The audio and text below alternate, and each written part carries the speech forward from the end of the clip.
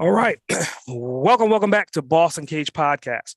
So off air, Donnie and I was sitting here, was having a conversation, and it was kind of like this astronomical thing that we've never crossed paths before. Like when I'm looking at like our pedigree of overlap, and we got like Ty Cole in there, we got Greg Caesar in there, we got like all these marketing household names that's in the industry, and we just happened to meet through. I think I was posting like I said condoms, posting content like I usually do, and then Donnie, I think he liked a couple of them, and I saw I always watch to see who's like frequently liking things, and then I was like, dude, who is this guy? And I looked at his background, and I'm seeing the overlap, and I'm like, what the hell? Why has he not been on my show?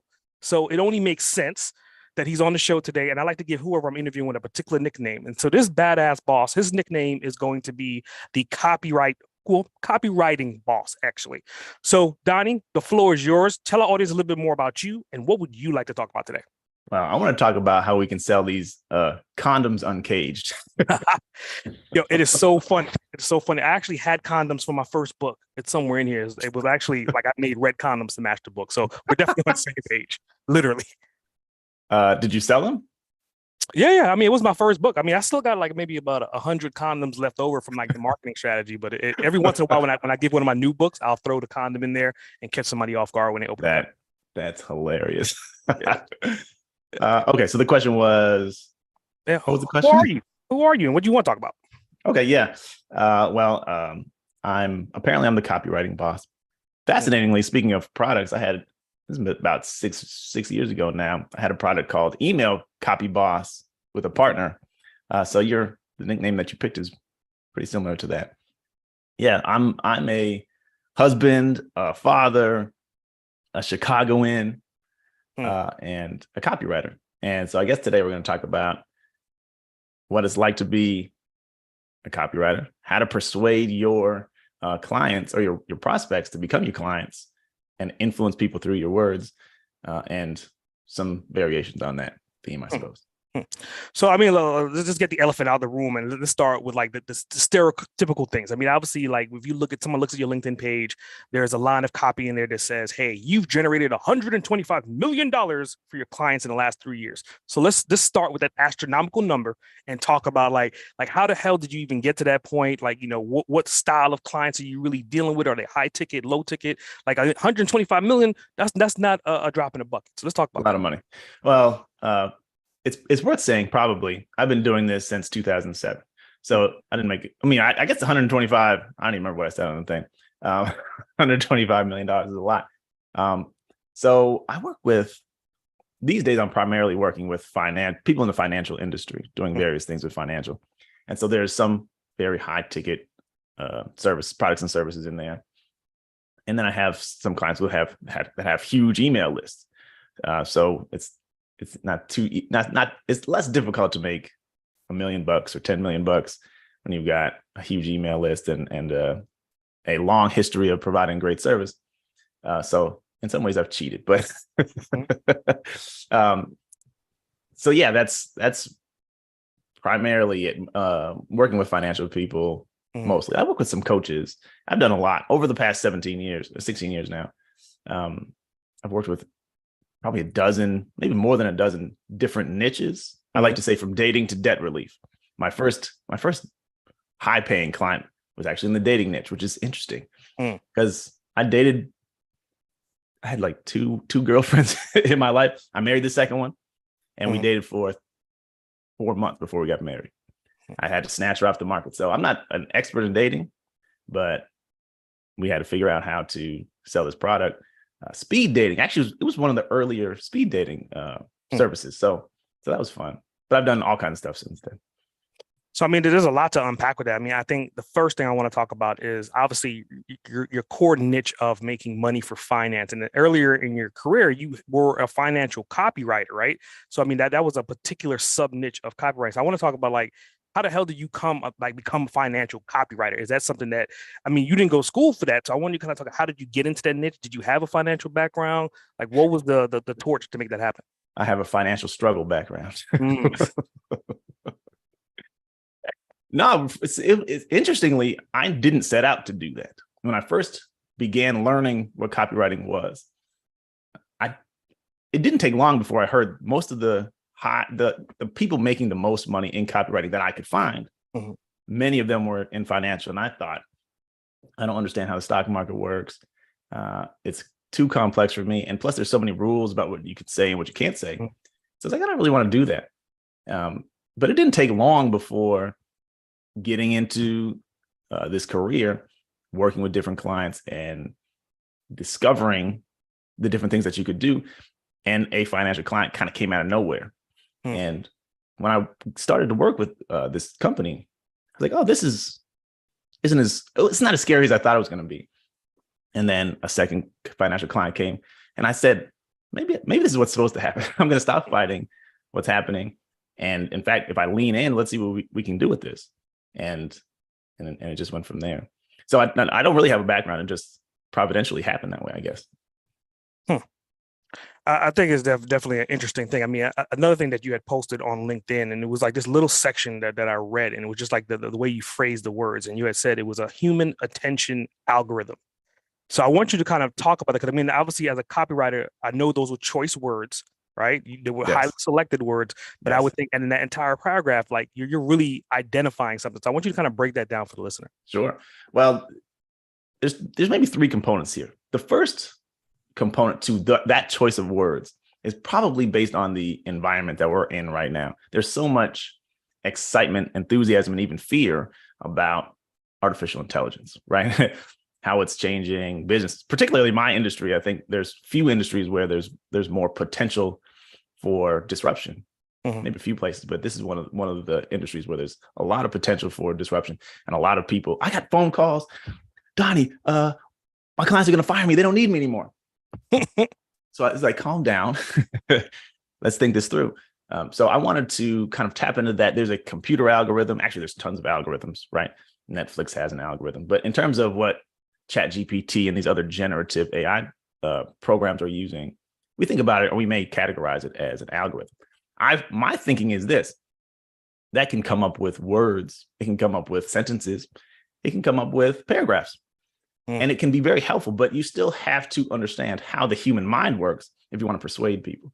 And so there's actually a process that your brain goes through to come up with decisions and paint visual pictures in the mind. And so there's that. I'm saying, and maybe it's not an algorithm, but it's a little word play maybe, or a little creative license to call it an algorithm, because I believe there's a way that the brain processes information. And then attention is, as you well know, the most important commodity that there is right now. If you want to grow your business, if you want to do anything, have any influence, first thing you got to do is get attention. And so I'm spending a lot of time creating, the content I'm creating is designed to help people win attention so that they can do what they need to do with that attention. Because the first thing you got to do, get people to pay attention, and then you can deliver your message and help them in whatever way that you provide help. So, I mean, I'm happy you brought up AI, and it kind of leads me to like another post that you've written on your website, right? And it was, I think the title of that one was "Writing Copy in the Post World." Yeah. So like just play devil's advocate with that. Because I mean, at the end of that post, you were pretty much saying, hey guys, you want to think about, are you being persuasive with your stories? And AI really doesn't do that. So think about that the next time you try to write copy using ChatGPT. Yeah. So I want you to kind of talk about that based upon what you just said about the human algorithm. Sure. I think here's what's really interesting. There's a lot of, because like I said, an excitement about AI. And part of the excitement is entrepreneurs who don't love marketing. Now think, I don't have to do as much. I don't have to put the effort in. I don't even have to necessarily know the things that I feel like I need to learn before I can write the copy, send the email, write the blog post or whatever. People are writing books with AI, which is fascinating. So the idea then is, if you think that ChatGPT understands you and your story, you're wrong. It can't, by definition, understand who you are. And it can't, by definition of what it is, understand who your ideal client is. So you're still going to have to put in the work of getting to know who your ideal clients are, what emotions drive their decisions, what stories influence their thinking, what are they experiencing right now that you can help them with, that they need help with. You have to understand that. And that's going to be individualized to your business and your audience. And also, you got to really own your own story. You have to know what part of your story overlaps. We're talking about overlapping. What overlaps with their story in such a way that you can influence them and help them. So ChatGPT and no tool can do that except your own brain. Mm-hmm. So I'm loving this conversation, and I want to keep going down this wormhole, right? Sure. So there was a post that you were talking about. You're the first copywriter to ever plug Eddie Murphy into a financial publishing promo, right? So I want you to talk about that in relation to ChatGPT, because I mean, obviously, ChatGPT, like you could become a prompt engineer, and you could prompt it and give it all the intelligence about who you are. Talk about Eddie Murphy, talk about the finance, and let it find the common denominator based upon that input value. Wouldn't that lead to make ChatGPT more easier for you as a copywriter to use versus a standard individual? Probably so. Well, I'll say this. The Eddie Murphy thing happened in about 2017. So we were, AI existed, of course.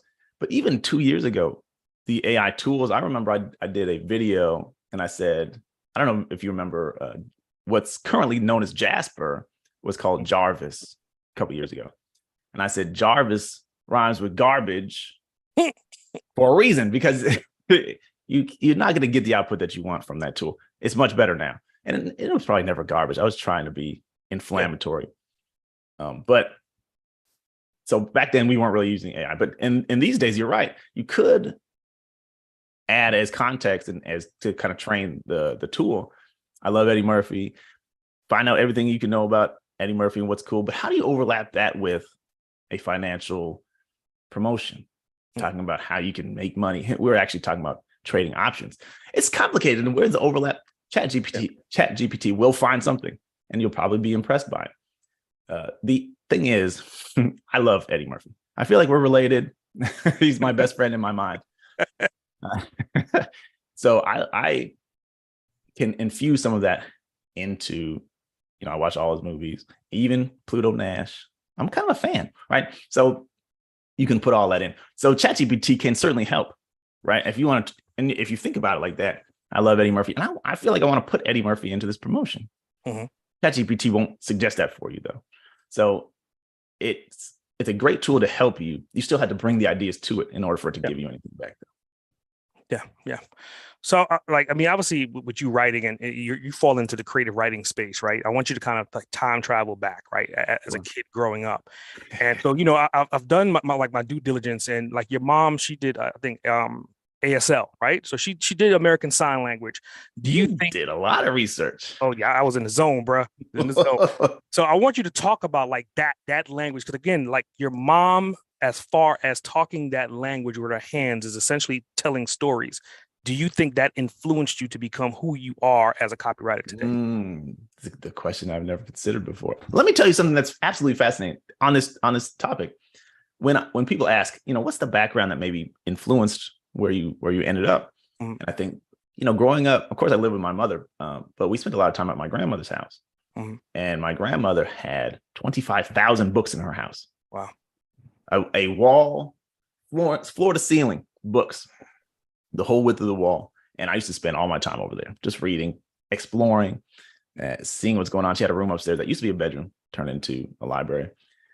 So I think about that. Like, I learned to love books, learned to love words, and thought I would become a writer based on that. But now that you expand even further, my mother, I'm sure that had a lot of impact on that. And I always thought ASL was cool. I never learned it. Even today, I'm in my 40s now. I'm like, why did I never learn? My wife is the same. She knows a little bit. Why didn't we learn? That would have been really cool. So I think it did have an influence on my perspective on language. Yeah, I think that's a great insight. So, off of that, right? And again, I'm trying to orchestrate these puzzle pieces, and again, you're a copywriter, so I'm trying to be extremely mindful of what I'm saying and how I'm saying it, right? So there was another post by you, and I want to pull this into like the ASL to a certain extent. You was like, there's 3 copywriting mistakes that kill sales, and the one key thing that you talked about was talking to the individual client's problem versus just talking to the benefits, which we've heard. Talk about the benefits versus the features, but you're saying talk about the problems.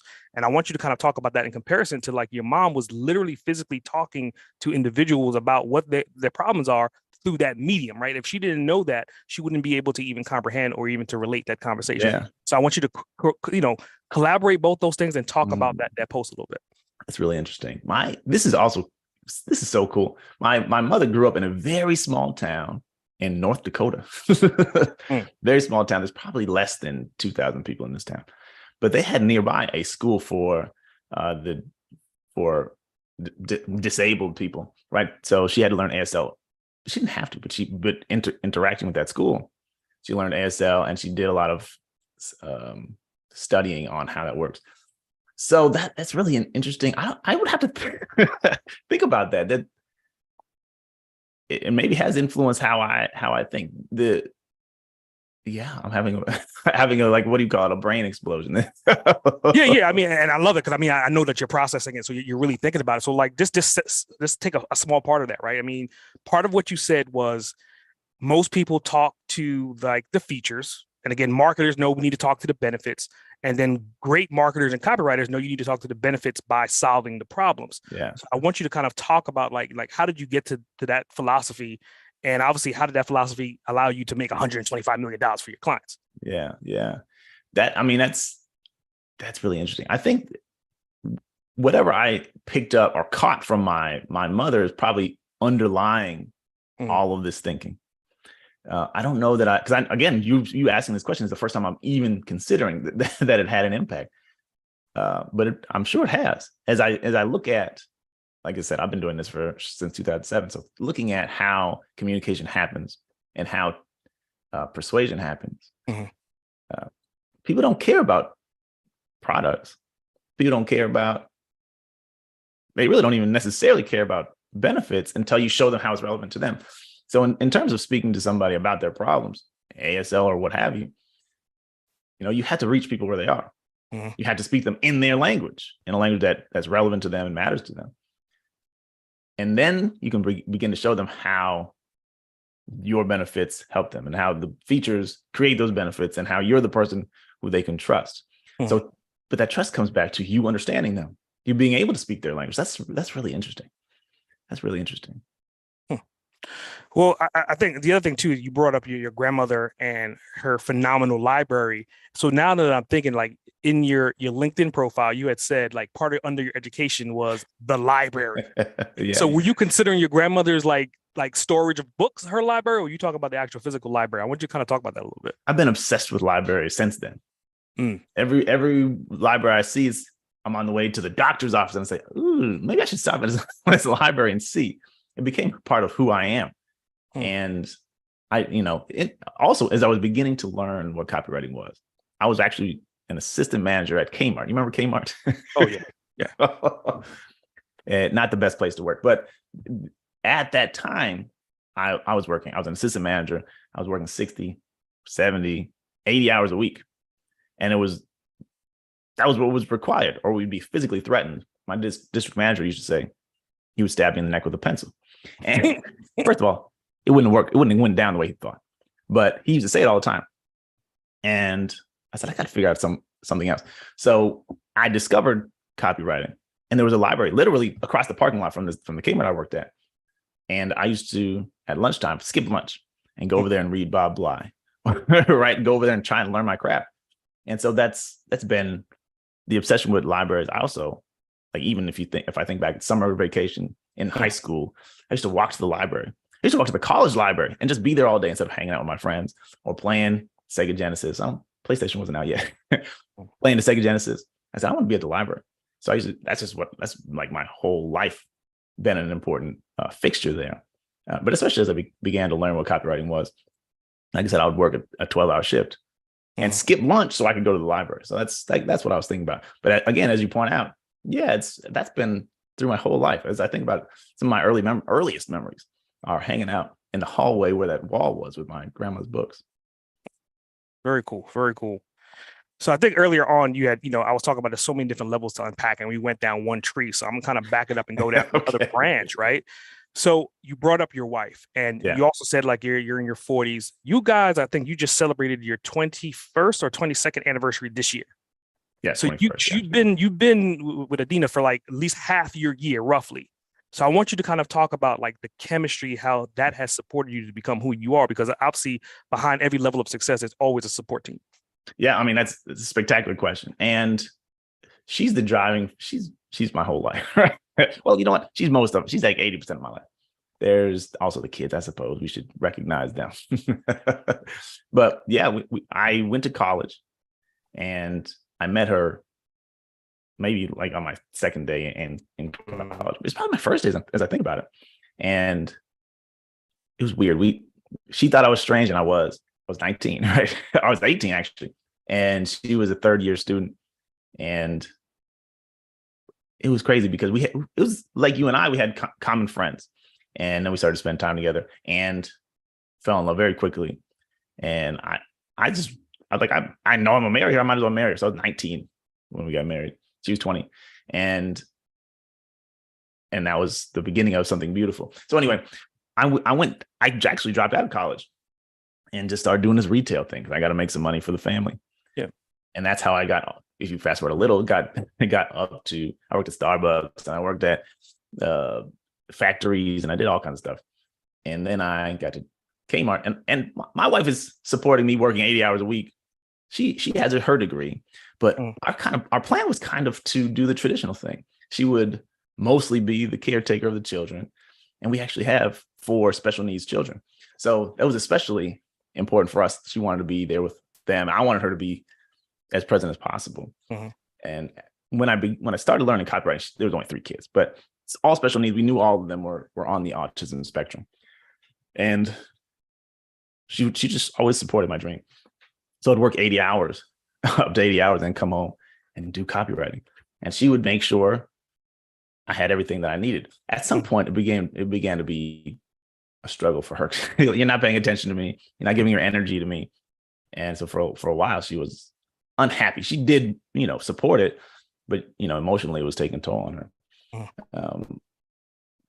Within a couple of years, when I was able to move away from retail into copywriting and started making money that supported what we wanted to do and work from home, which was the goal.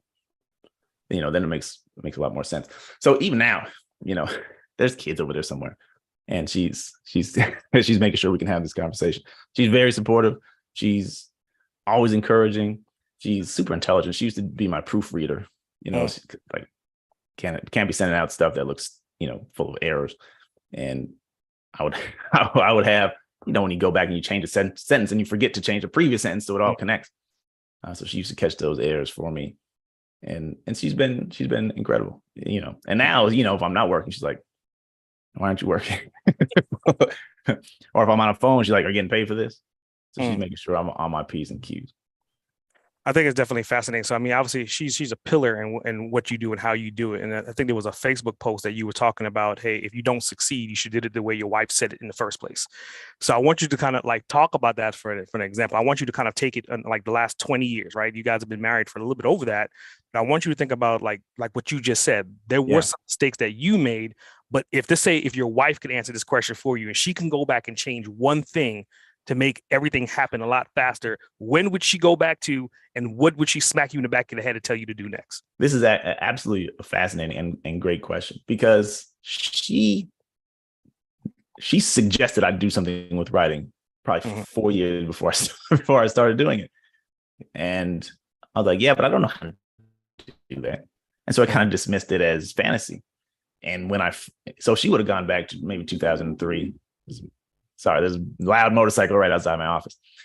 She would have gone back about 4 years before I started and shook me. Look, this is where your strength is, where your interest is. So even when I worked at a cell phone store. Actually, I worked at 3 cell phone stores, and somehow ended up doing marketing there. I wasn't paid for it. It wasn't my role. I was a sales guy, but I worked in the slowest location in the company. And the manager said, why don't you write some emails? Or no, I wrote an email internally, and it was like really good. And so the manager, or the owner of that chain of stores, started having me work on marketing. Okay, cool, whatever. And then when I'm working at Kmart, the district manager who used to threaten to stab me had me writing his emails, but I didn't get it. It took me a while to get it. And my wife was like, pay attention, guy. Just go out there and do what it is that you're skilled at and what keeps calling you anyway. So that's what she would have done. And she never missed a chance to remind me. You could be 4 years further ahead if you didn't ignore what I tried to tell you. It's definitely fascinating. So if I was to ask you a question to define yourself, just using 3 to 5 words. Again, you're a copywriter, so I know that your words are going to be very choice. Which 3 to 5 words would be identifying you? For me, maybe the things I said at the first, husband is central to who I am. And father. Like I said, I have 4 kids and I love them to death. My whole world is focused around being present, providing for, and giving my children the life that I wish that I had growing up, right? And my wife, making sure she has everything that she wants. So those are the 2 big ones. I think also I'm a giver sometimes to my own detriment. I love to give. Even the stuff I'm doing on social media, some of it I should be getting paid for, literally. And some of the stuff I have been paid for, but I decided I'm going to start giving it away for free. So I think giver is huge for me. I am a writer at heart. That's part of who I am. And I own that now. I own that now. I think those are the big ones. All right. So I love the fact that you said that. And I think one of the key things you said is being a father. And we haven't dove into the kids, which we're about to right now. So ideally, and again, you can correct me if I'm wrong or if I mispronounce their name. So I think it's Avion and Autumn, and essentially they're twins, correct? Essentially. Okay. So they're twins. So and I'm looking at roughly they're about 20 years old, roughly somewhere. That's correct. Yep. All right. So I want you to kind of talk about that. Like they're at that age of that conversion to where when they were 15 to like 18, probably like the bumpy roads, but ideally now they're coming into themselves. Do you see them like leveraging the fact that they may have autism, but again, they're hell of like autism is a superpower. Are you helping them leverage that into writing, or what direction do you think they're going to go into? That's a great question. They have no interest in writing. They love music. And so we have them they've been taking piano lessons for some years. Actually, this is a story. Most people, you will believe it, but a lot of people would be like, that's not possible. When they were probably three, I think it was Avian, and she was playing the Elmo's World song with her feet on the little kiddie piano that we had. She just figured out how to do it by ear. And so we wanted to help them leverage that. They love music. And they like to play it. So they're learning, in terms of creating music by ear, they're really adept at that. But the levels of, chords and all the different things that you would do on a piano, they're learning how to layer all those extra steps in. So that's what their superpower is, partially music. They love me, and they're still great singers. They love to sing and they dance all day, listening to music and singing music. Avian likes to go in the backyard at 6 a.m. and sing Taylor Swift at the top of her lungs. It's great. So that's kind of their superpower. They have no interest in writing, but they do like music. So, obviously you have 2 other kids and you have 2 boys, right? So, do you see any of what you're doing? Because I'm trying to get to the point of, obviously, legacies are always being built in some generation sooner or later. So kind of going back to your mom and she's doing sign language, which is kind of indirectly influencing who you became. Yeah. Like, what are you doing that you can kind of see where your kids are going to be in the future based upon what you're doing now? Yeah, it's a good question. I think what we're doing is supporting what they love. So the girls, like I said, it'll probably be a music thing. They love that. That's what they get joy from, maybe more than anything else. My youngest son, who's 13, he just turned 13 last month. He would be the most inclined, I think, to write. This was many years ago. He used to hang out in my office and he said, I want to be president of your company or whatever, vice president, whatever it was. And I made him a little name tag, and he had VP of Donnie Bryant Industries. And so he was intrigued in what I was doing then. As he's turned into a teenager, the excitement about working in general is a little bit less. But I think that he might be the most inclined. But we spent a lot of time on oral language, like how to speak, and be persuasive, and clear. Will he turn that into writing? Let's hope so. Mhm. But I'm not 100% sure about that. I would love to do, which is a different business, I suppose. He's obsessed with cars and has been for his whole life. We have like 900 cars in this house, Hot Wheels and different little things, something like that. And I would love to get into like if I could buy a car dealership or something and hand that off as a legacy to him. I have not started down that path yet, but it's always in my mind because he loves that.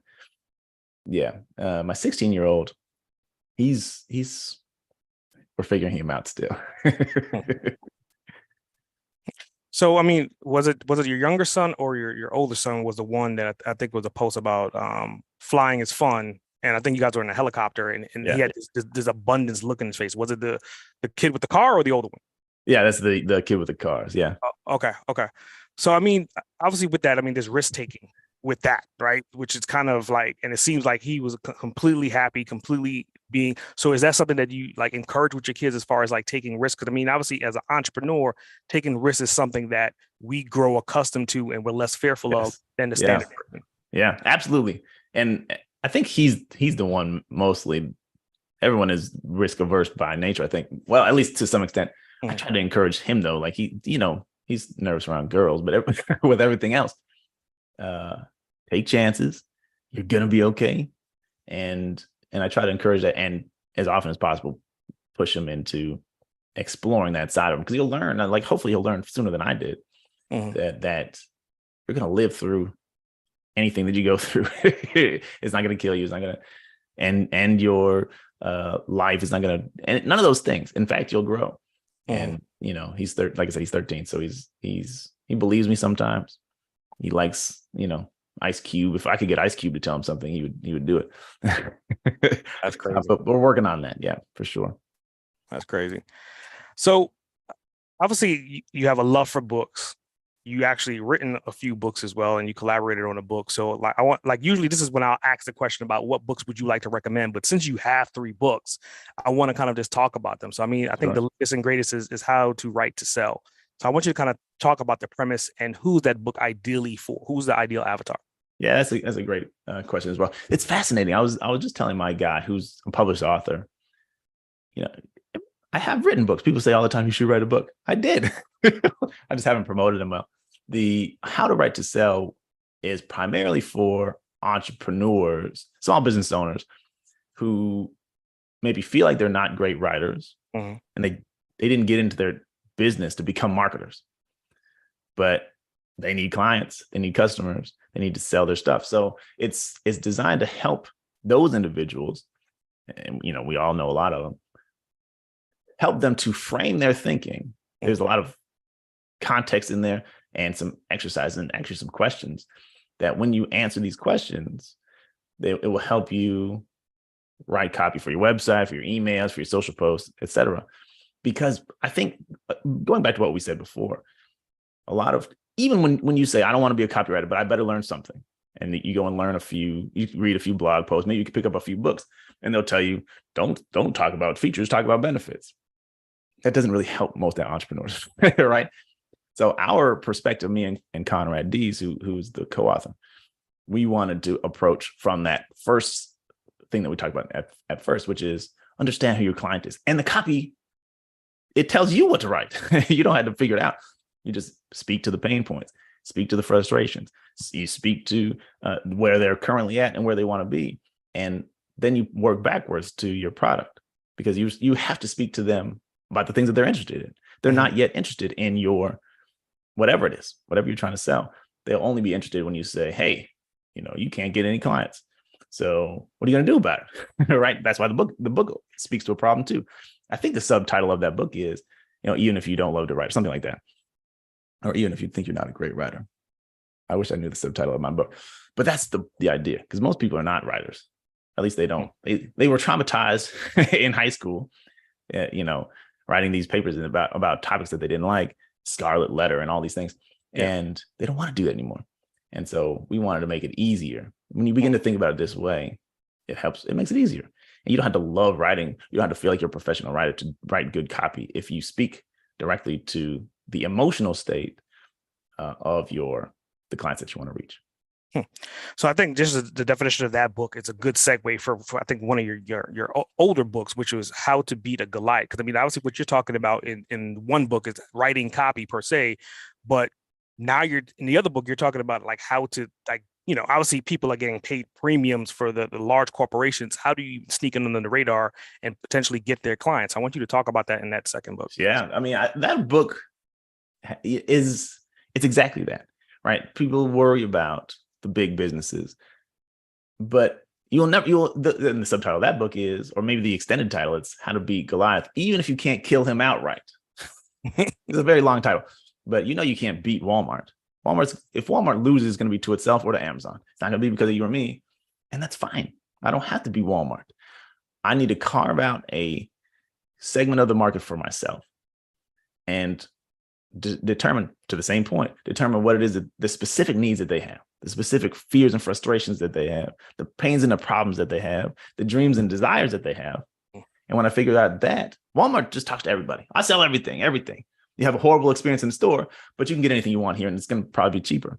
But if I have something specifically for, Black vegans, who also love hip hop, if I bring that message, there's going to be a core audience of people who say, I don't care what it costs at Walmart. I want to rock with these guys. I want to go to the Black vegan hip hop store. Mm-hmm. I'm going to go buy my what's a vegan food? My quinoa over there. I'm going to go buy my seaweed supplement over there, because they know you're for them. They know what they need. You care about what they want. You have the same values as them, and you're the same kind of people. And so that book is really about doing that, identifying who a very specialized target audience is that you can focus on and serve, and then communicating to them in a way that's going to effectively reach them. So you can build your own empire without having to worry about what Walmart is doing. So, I mean, obviously in the third book, kind of going, I mean, I didn't stage it this way intentionally, but I mean, just listening to your response, it kind of just leads down this path, right? So the third one was more of a collaboration book, and you was like talking about creating business growth. So it's kind of like it's in reverse order almost, right? You know what I'm saying? You're like, how do you figure out how to grow? Who's the large competitor you're trying to be like? And then how are you going to orchestrate your copy? So I want you to kind of talk about the creating business growth in the chapter you wrote in that one. Sure. I was in a mastermind with a bunch of entrepreneurs, and we said, let's write a book. We can all write a chapter. And my chapter was about what happens in your mind. I was telling a story about, because you would think as an entrepreneur, I keep having the same theme, I guess. You can talk about your product, your service, what you do for people, and people will care. But in fact, once again, their primary focus in most cases is on themselves. So the story was, I was in a store, and I was in a mall, I think, and somebody I used to work with grabbed my arm, right? And the first thing that came to my mind was, why haven't I been doing push-ups? This scrawny little arm here, this other individual is going to be like, what kind of wimp is what kind of wimp is this guy? And so I went through that whole thing, and then I related it back to those old Charles Atlas ads. You're skinny little wimp, and you get bullied, and then you say, "Oh, I don't want to be bullied anymore. Let me go and buy this Charles Atlas course. I can build my muscle, and then I'm going to go get the girl." And for me, it was I tied it back. Like you had to deal with those insecurities. I call insecurity the Tootsie Roll center of sales, because at the core, the most of the time when we're buying something, not necessarily movie tickets, but if we're buying products and services, is because there's something that we want and we don't know how to get it, or we don't want and we don't know how to get rid of it. And so we have a little insecurity about our own inability to get rid of that thing. And that's kind of what my chapter in that was. There's a bunch of people who covered a lot of different things. I was just approaching getting your messaging right based on that part. So, I mean, I think the key word that you used a couple of times in that last statement was insecurity. So I want to flip it on the other side of talk about like confidence. And it was one of your quotes that I saw, and I think it was a quote from Houdini. And you were saying that he spends every single cent he could spare on advertising himself. And that kind of goes into being confident with who you are and what you're selling and what you're promoting. So I want you to kind of talk about that quote in relevance to building the confidence to be able to sell Mm-hmm. through your communications? Yeah. Yeah. I mean, that's a great question. And it's funny you mentioned that. I remember writing that, but it was a long time ago. So you definitely did a deep dive on the research. It's absolutely critical for us to be, I think, especially, I mean, think about your own self. How much confidence does it take to get on camera and talk to people day after day? But you're going to be interesting. The conversation is going to be interesting. You're going to be able to pull out interesting tidbits that the guest never thought of. You have to know that before you can take action, right? Because, I mean, that's a big reason why people don't take action, because they don't have that confidence. So it really begins with knowing the value that you bring into the world, knowing the uniqueness that you have, that nobody else can say what you're going to say or do it the way that you're going to do it. That's the first level. And then the second level is knowing that if I don't help my people, they're not going to get help. Because nobody can do it the way I can do it. There's people out there who maybe do what I do, but they're not going to be able to reach my audience. And it's owning that. Like, I'm here for a reason. You're put on this planet for a reason. And once you begin to say, I have to act on that, otherwise there's no purpose for me being here. And in your mind, reminding yourself, I am uniquely built for this. Mm-hmm. And I got to do whatever it takes to get in front of my people so I can help them and fulfill my purpose. But also, like, this is where my money's coming from. If I act punk-like, I'm not going to earn the money I could earn. I'm not going to make the impact I could make. And I'm not going to have as fulfilled a life as I am designed to have, as I want to have. You're 50 or you're 60 and you say, ugh, I wasted so much time. Mm-hmm. And it's mostly because you just didn't own your own greatness, your own brilliance, and your own uniqueness. So it's really reminding yourself and then acting with that confidence. I can help. And if I don't help, maybe some of these people never will be helped. And so you got to own that.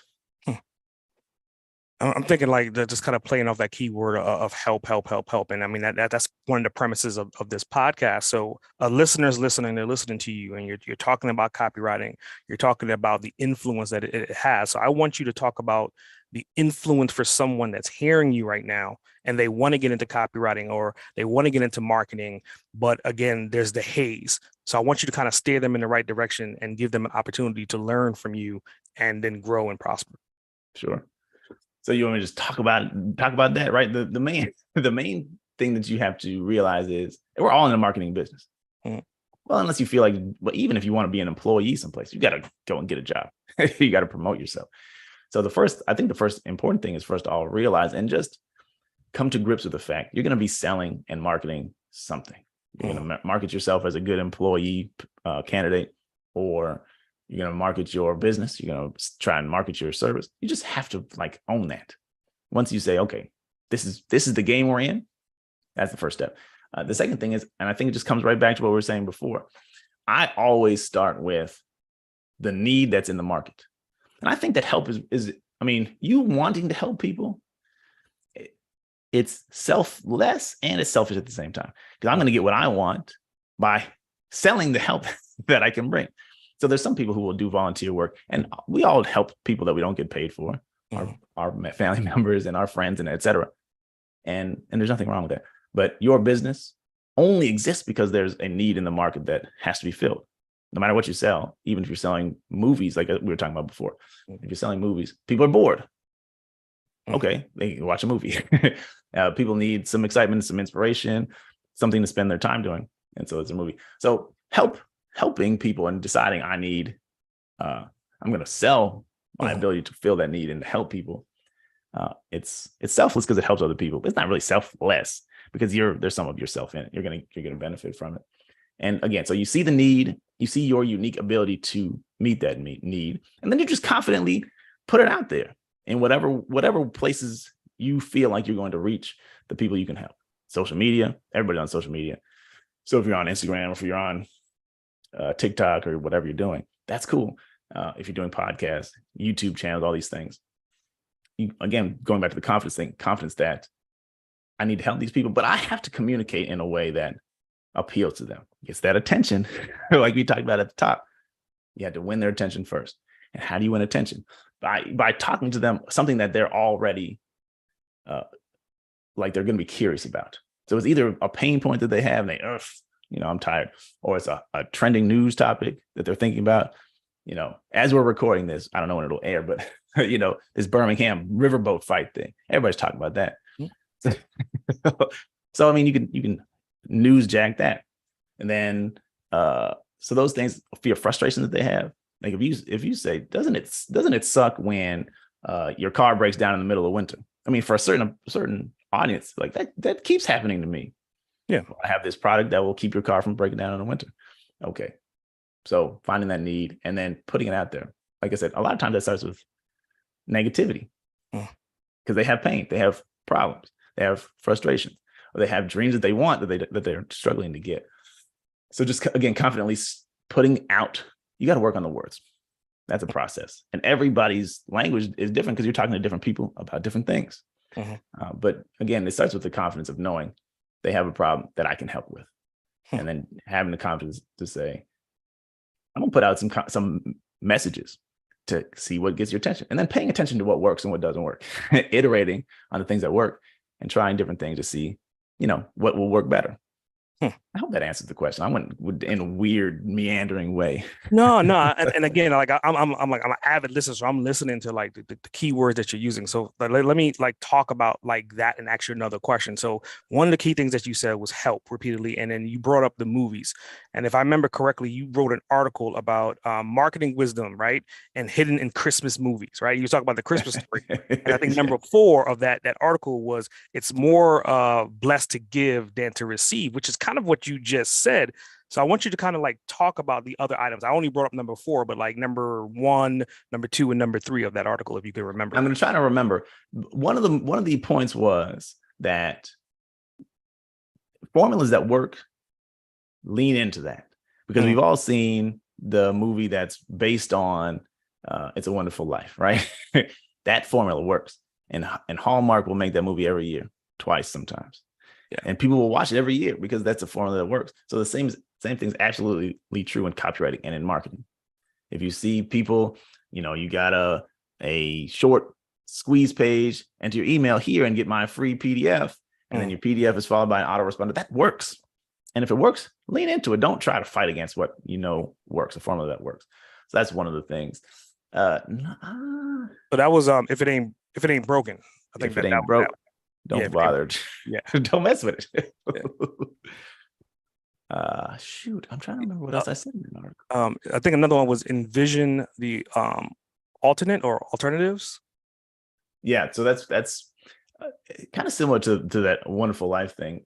The reason that we love that movie is because it gives you a view of a glimpse. Remember Family Man with Nicolas Cage and Don Cheadle? Do you remember that movie? Yeah. So this is just a glimpse. I'm going to show you what your life could be. And then we all kind of like that because in our own mind, we're thinking about our own situation, which is probably kind of like the main character is experiencing in the glimpse, right? It's like, okay, it feels like what I'm at. But by the time you get to the end, you realize this is better than the alternative. So in your marketing, it's kind of the same thing. Like show people the potential. I mean, it's kind of the opposite, I guess, what I'm saying. But if you show people this is what your life is and here's what it could be, give them a chance to see both sides. They're going to choose the one that is, the thing that you're selling is a better future for them. And you can't change your past, but you can make a decision to move into the future in a better way. And so that's what you want to do. Okay. I think that's probably number 2.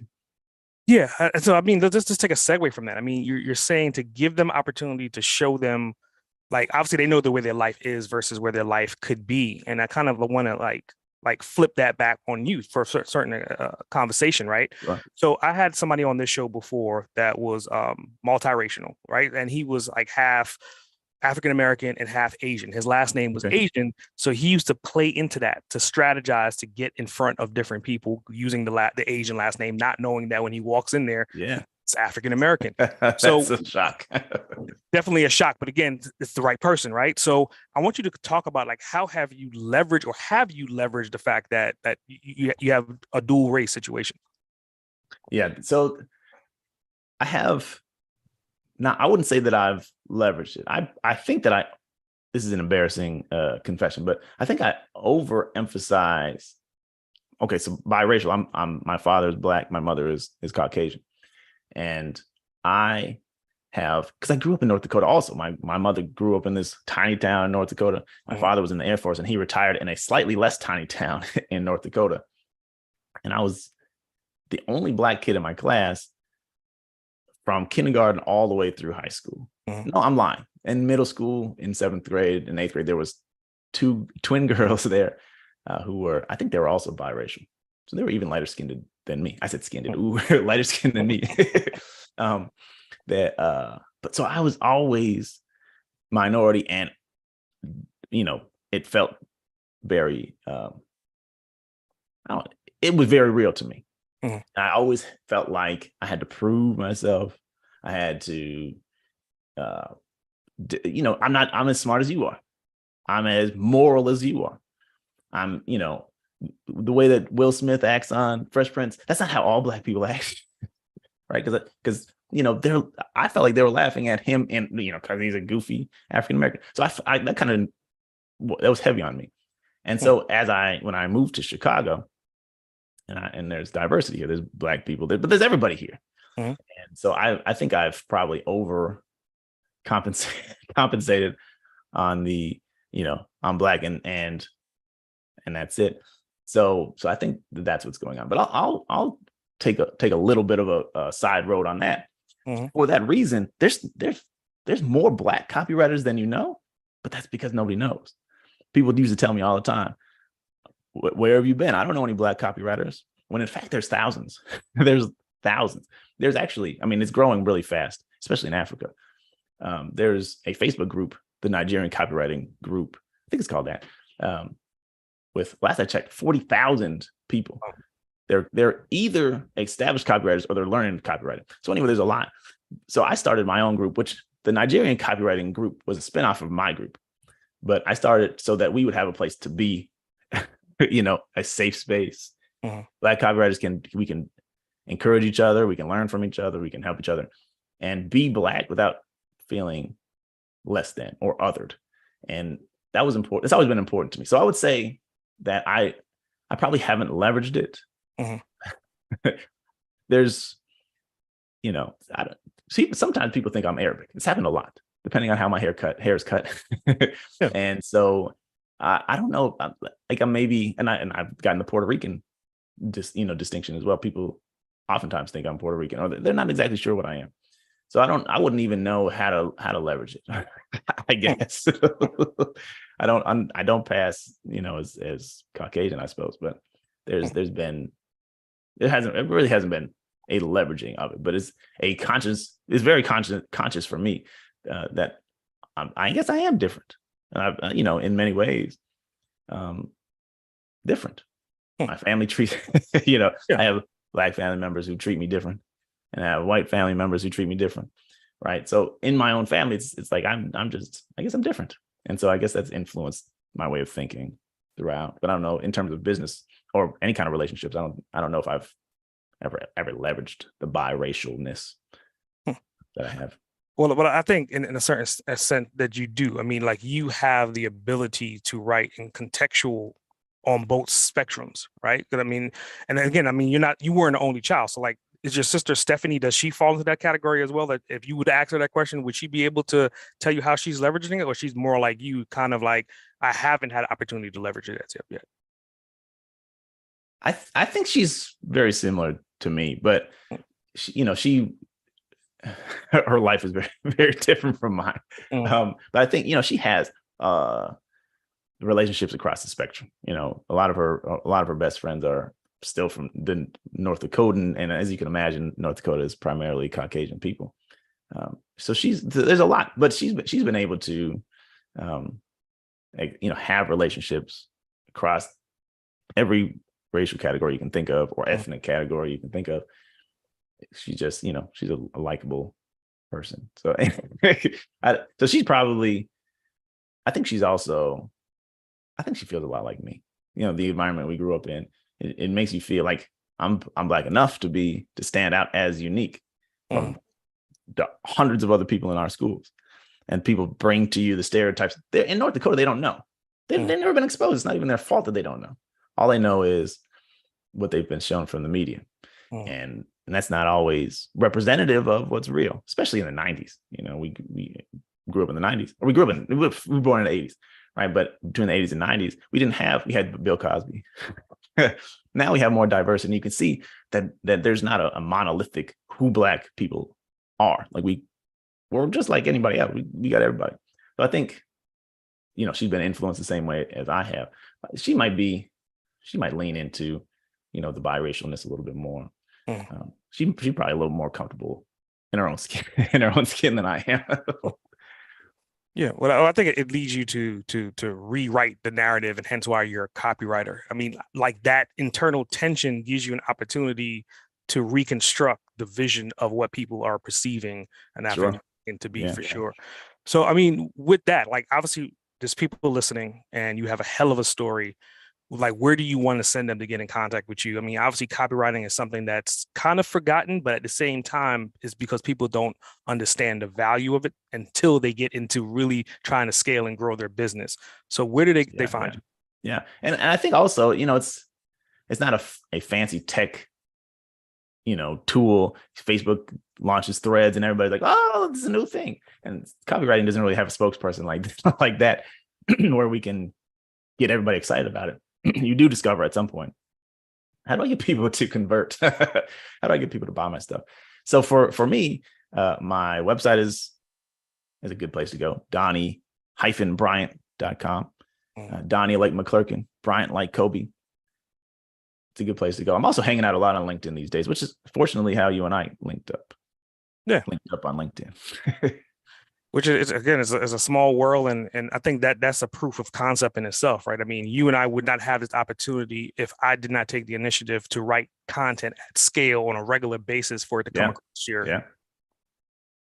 So I want to ask you like a bonus question, right? And this is, like I always say, it's kind of like my signature thing, because I don't really know what the answer could be and what it's going to be. But ideally for you, it'll be very interesting to hear your answer. If you could spend 24 hours with anyone, right? And it could be someone that's dead from the past, someone that you've never met versus someone that's alive today that you haven't had an opportunity to sit down with outside of like your wife, who would you like to spend that 24 hours with, and why? For me, I mean, there's so many people I would say. I think Malcolm X would be the person who would be most fascinating for me to sit down and just really dive into his perspective on the world, his perspective on influence.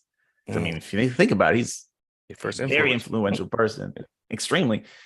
And how much, because I don't know if this is true or not, but I remember reading somebody was saying, comparing him with with Martin Dr. King. And he was saying that, like, it's good that he's so different from me because it gives America, they can go his way or they can go my way. Right. So I part of me wonders, like, how much of this, of his fieriness was like he went extra hard to try to really create dichotomy with Dr. King. So I think it would be fascinating to spend 24 hours with him. I mean, to add on to that, I think if I was to change the question and give you dual 24 hours, I think, and just based upon what you said, because at the end of both of their lives, like they started to overlap, like they started getting into rhythm. So what would it look like for you to sit down with Malcolm for 24 and sit down with MLK for 24 and bring that information into one person? So that would be interesting, because you're right. You had to step things up a little bit. Yeah, you're right. There was an emerging. That would be cool. That was definitely interesting. So, talking about like your achievements, obviously, like the 125 million, like that's glitz and glamour, that's flash. You've done that, but ideally in your career, is there the most significant achievement that you can kind of say, hey, this is the one thing that I hold dear to my heart? I don't think I've done it yet. I love what I've been blessed to experience, which having good clients, being able to create a lot of success for them, but also I've done coaching and consulting, not so much consulting, but coaching and helping entrepreneurs, particularly Black entrepreneurs, not because I've necessarily went after them, but because just the circles that I'm in. And then someone says, hey, there's a Black copywriter, and being able to help them with their messaging So it's not like a singular accomplishment, but just being in a position to influence and assist entrepreneurs. And I love everybody, right? So I enjoy helping people who are doing good business, who are doing important work, and who just need to get it out there more. And important can be anything. Like even movies are important. So I've really enjoyed that. I think the accomplishment that I want is in 20 years, I want to be among the people, maybe not in 20, 10 years. I want to be one of the copywriters who gets quoted. We're oftentimes quoting David Ogilvy, right? Or Gary Halbert. And there's not a lot of Black copywriters who get quoted when you're thinking about copywriting quotes or marketing quotes. We think about Caucasian guys, which is because those are primarily, I mean, those are some of the early forefathers in this industry, and they post a lot. They create a lot of content and in books and in training materials, courses, and events that they did. And so they had influence. And I want to at some point be able to join the ranks of people who, when you quote, if you're going to do 5 quotes, Donnie's going to be one of them when it comes to copywriting. That's the accomplishment that I want. I think that's a hell of accomplishment and direction to go into. So I like this, the fact that you said that, I want to talk about like the strategy for that, right? I mean, obviously creating content is part of that. So what would that look like? Are you talking about maybe writing like 10,000 like quotes of your own and publishing that and pushing that on the web? Or are you talking about like what's the strategy to get to that point? Yeah. My next book, I hope, because here's the thing. It's interesting. You mentioned 3 books that I wrote. I've actually I wrote a book before that, and I wrote 2 books before that. One of which I refused to acknowledge because it was so bad. But I wrote another book called Stealth Selling, Non-Pushy Persuasion for Professionals. Anyway, here's the thing. None of those books to me felt comprehensive enough for me to really fall in love with them and make them my main thing, and just push it out there and continue to make it relevant. And I think that the next book, which I have the outline for, I haven't started writing yet. I think I got the first chapter. I think that book is going to be the one where I can get behind it, put a lot of muscle behind getting it out there. And there will be quotables in there that I think will be helpful enough and distinct enough to maybe get in copywriting canon. So I'm hoping for that. Additionally, you've seen these. I did 101 subject line of the day videos on YouTube. They're shorts. So those aren't necessarily quotable, but they're hopefully attention getting enough where people will dive into the rest of the content. And hopefully there's something in there. I haven't gone out and said, let me find some sound bites that people are going to latch onto. And I probably should do that. But I've been trying to create a lot of helpful content, giving away a lot of stuff for free. Like, just because I want to help. Again, I want to help, but also I want to be influential. Even if I'm not getting paid for it, nobody comes in and buys from it or whatever, because I'm not selling it. You never see me with a CTA, almost never. I really don't have that much room for clients, and I don't have any products I'm selling right now. But I'm teaching because I want to be influential. I want to influence copywriters, but I also want to influence entrepreneurs so that they can have more successful businesses, because we need entrepreneurs to succeed. We need that. And I want everybody who's got the guts to go out there and make a business, I want them to succeed. So I want to be as helpful as possible. So anyway, that's kind of, I don't know if that's a strategy, but that's the approach right now, creating a lot of content and putting it out there. And as many places as I can put it. And then when the book comes out, I think, we'll maybe have a more not comprehensive, but more specifically targeted strategy around creating that influence that I want to have. I mean, yeah, I think production of content at scale, and I think you've been doing it for a period of time. I think at one time you even did like the Black Business Book, day 1, day 2, day 3, day 4. So it kind of, and I think most people don't think like that. They think about, I'm gonna put one piece of content and that's it. I mean, that's the algorithm kind of not working on your side if you're just doing one piece of content, right? And the whole stereotypical thing that you hear on like LinkedIn and Facebook, you do 1 post a week. How the hell is that supposed to convert? And again, I think they don't realize that content on a day-to-day basis, kind of like the Gary V model, is kind of where things are in today's society. Yeah, it really is. And the algorithm, I think both algorithms, the human attention algorithm, you have to show up occasionally. And the LinkedIn algorithm or the YouTube algorithm, it's not showing everybody your stuff. Even people who you're who are following you and who have interacted with you, there's a good chance they're not going to see it. Even emails you send out, you're only going to get 30% of those people to open, let alone read, let alone click. Yeah. So you have to show up and keep showing up, because you're not even going to have the opportunity with one piece to reach everybody. So if you make 10 pieces, you reach 8 times as many people. So you got to do that. And the consistency in terms of creating trust and developing momentum, because again, you'll write something and 2 weeks go by. I don't remember what you said 2 weeks ago. I don't remember, unless you change my life with that one piece of content. So if you keep showing up, you have a chance to, build, take real estate in people's minds. I think essay. Okay, I know. I've listened to essay. 100 of his videos and podcasts, and I've been interacting, and so now you own some real estate in there. But if you show up once, the real estate gets taken back by somebody else who's shown up more consistently. Yeah, definitely. So, going into closing, I like to give whoever I'm interviewing an opportunity to become the host of the Boss Uncaged podcast. So now my show is your show, and I'm your guest. Do you have any questions that you'd like to ask me? Yeah, I have 2 questions. Okay. Number one, I really want to know who you would spend 24 hours with if you had the option to spend 24 hours with any person in human history. And people have asked me that question before, and I've said different people, and it's always based upon where I'm at that time. So right now, Yeah. I'm 100% driven by strategy and execution and taking action.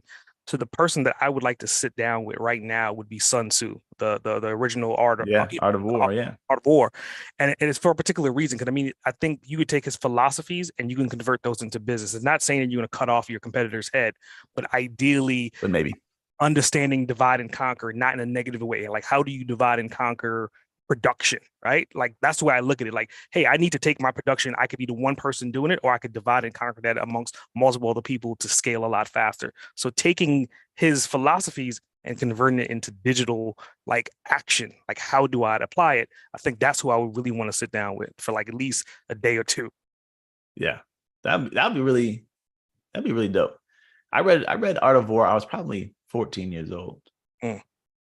I was weird when I was young. I haven't read it since, but now that you mention it, it'd probably be worth reading in the light of what we now know as entrepreneurs, strategists in 2023 and beyond, because timeless wisdom is worth revisiting. Definitely timeless. For sure. So that's a great answer. Let me ask question number 2 is, when are we getting the next batch of condoms? The funny thing, you brought it up because like my wife, like every time I send out a book and she's like, don't send another damn condom. And I'm just like, well, I got 100 left. I might as well send it out and market that original book. But to your point, I think like eventually in the next year, I'm going to create my branding series, branding books. And the concept of branding, what I always say, is making brand babies. You have to have 2 people to have a baby. So the cover of that book is essentially covered in, I say, sticky, icky semen. So making a condom to go with that book would only make sense. That's perfect. I think I admire your the merch game. You got all kinds of stuff, and so the branding that you're doing is really cool, and I admire that. I think the condom is so different. If I get a condom with my book, I will never forget that. And I'm not keeping it to myself either. I'm telling everybody, I can't believe this. Can you see this? I'm taking a picture. Everybody's seeing I got a condom with this book, and it's branded. It's not just Trojan. Yeah. It's perfect. So I think in terms of getting attention and generating a little bit of virality, right? That's a cool way of approaching it. And very few people are doing it that way. Yeah. And for me, it's just kind of talking about branding in the sense of a first person representation. Everyone ideally understands sex and understanding cohabitating with brands. Brands are always making babies. So it just, for me, I think that version of a condom would probably be way better received than my first book. Everyone should love it because everybody does it. Facts. So you got any other questions, or you good, man? I think I'm good. I really appreciate this conversation. You took me different places I never even thought I would go. So I'm probably gonna have to spend an hour with myself and just reflect on ASL and biracialness and the different things we talked about. So I really appreciate the opportunity to kick it with you. Yeah, and I definitely appreciate you, checking out my content. And again, I mean, making this connection and being on the show today. All this stuff just kind of unfolded really quickly, but it was a great inspiration for me to kind of figure out who you are, what you do, and seeing what you're doing and how you're helping other people. So I think the listener of this episode, this is the episode that you're gonna have to rewind and re-listen, take notes, because we talked about a lot of different things, but it's multi levels to everything that we talked about. It wasn't just one thing in a ball. So I definitely appreciate you being here today. Thank you very much. That's it, Grant.